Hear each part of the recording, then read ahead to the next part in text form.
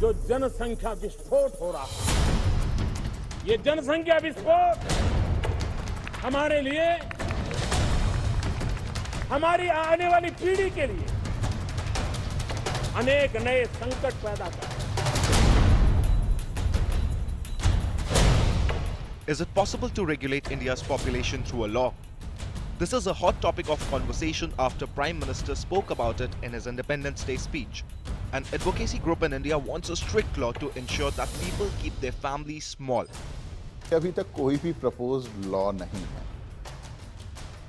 Main चीज़ ये है कि जो प्राइम मिनिस्टर ने बोला है 15 अगस्त को, वो बोला है रेस्पॉन्सिबल पेरेंटिंग के लिए। और अगर हम रेस्पॉन्सिबल पेरेंटिंग की बात करें तो उससे हम अपनी पॉपुलेशन को भी स्टेबलाइज बड़ी आसानी से कर सकते हैं। तो हम लोगों ने एक रेस्पॉन्सिबल पेरेंटहुड एक्ट ड्राफ्ट किया था, जो कि लास्ट पार्लियामेंट में वो as a private member bill file किया गया था 125 मेंबर ऑफ पार्लियामेंट के सपोर्ट से। तो रेस्पॉन्सिबल पेरेंटिंग के द्वारा, जैसा मैंने कहा, कि हम लोग अपनी पॉपुलेशन को भी स्टेबलाइज कर सकते हैं। उसमें जिनकी छोटी फैमिलीज़ हों उन्हें इंसेंटिव्स मिलने चाहिए। जो इस छोटी फैमिली के नॉर्म को फॉलो ना करें तो उन्हें कुछ डिसइंसेंटिव मिलनी चाहिए। उनको जिन बच्चों को वो जन्म देने जा रहे हैं, फिर उनकी रिस्पॉन्सिबिलिटी उन्हें उठानी चाहिए। But concerns have been expressed about how this law could be draconian and impinge on people's freedom. देखिए, रेस्पॉन्सिबल पेरेंटहुड एक्ट जो हम लोगों ने ड्राफ्ट किया, उसमें कोई भी फोर्सली ये नहीं है कि नहीं आपको 2 ही बच्चे करने हैं। हाँ, अगर आप 2 बच्चे करेंगे तो आपको इंसेंटिव्स मिलेंगे। अगर आप नहीं करेंगे तो वो 3rd, 4th, 5th बच्चे की रेस्पॉन्सिबिलिटी आपको खुद उठानी होगी। और जिन सब्सिडरी स्कीम्स या वेलफेयर स्कीम्स की आप अवेल जिन्हें करते हैं, तो वो आपसे कट ऑफ हो जाएंगी।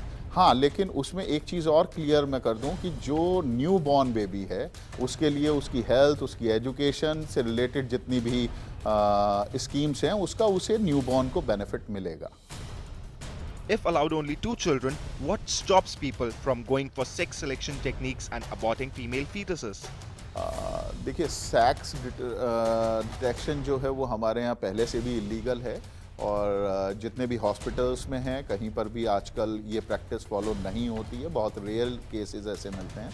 लेकिन उसके लिए हमें क्या करना होगा, जो गर्ल चाइल्ड है, फीमेल चाइल्ड जो है, उसके लिए इंसेंटिव देना होगा। अगर किसी के एक फीमेल चाइल्ड है, गर्ल चाइल्ड है एक, तो उसे इंसेंटिव उसके टैक्स में, उसकी एजुकेशन में, इन सारी चीज़ों में इंसेंटिव देने होंगे। किसी के 2 है तो दोनों गर्ल चाइल्ड हैं तो उसे और इंसेंटिव देने होंगे, जिससे कि जो बेटी बचाओ बेटी पढ़ाओ वाला भी नारा है वो भी सफल होगा। और साथ में जिनके फीमेल चाइल्ड्स हों, उनको ओल्ड एज पेंशन स्कीम्स का भी बेनिफिट दिया जाना चाहिए, जिससे उनके मन में ये ना रहे कि हमारे बुढ़ापे में कौन सहारा बनेगा हमारा, और उनकी हेल्थ का ध्यान कौन रखेगा। तो उसके लिए हेल्थ इंश्योरेंसेस भी उन लोगों के होने चाहिए। But above all, advocates of right-based regulation have one overarching concern. How will the government stop this law from becoming a tool to victimize the poor and minorities? ये कोई भी रिलीजन, कास्ट, क्रीड से ऊपर उठ के है, क्योंकि अगर वाटर क्राइसिस है देश में तो वो सबके लिए है। सांस लेने के लिए हवा नहीं है तो वो सबके लिए है। अगर फूड अडल्ट्रेशन की प्रॉब्लम है तो वो सबके लिए है। क्राइम की प्रॉब्लम है, पोल्यूशन की प्रॉब्लम है तो वो सबके लिए है।